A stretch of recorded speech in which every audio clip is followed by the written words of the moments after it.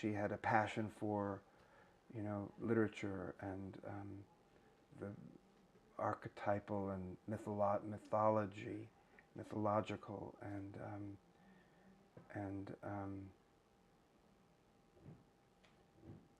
that that kind of thing. I think, um, and she had a profound conviction that our responsibility as theater artists is to raise ourselves up to literature. So that would, I mean, that's, I think, what she felt most passionately. However you got there was, I mean, up to you. And but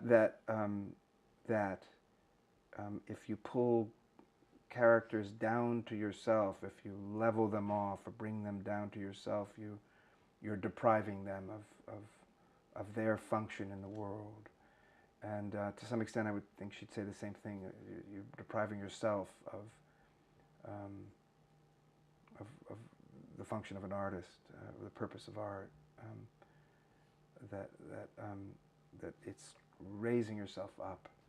She had exercises like that, where you would take just a daily object like a pencil, and then you would raise it up. That this pencil expresses, the highest aspirations of humanity to communicate, its depth of thought and feeling or something, so that when you picked it up on stage, it had weight,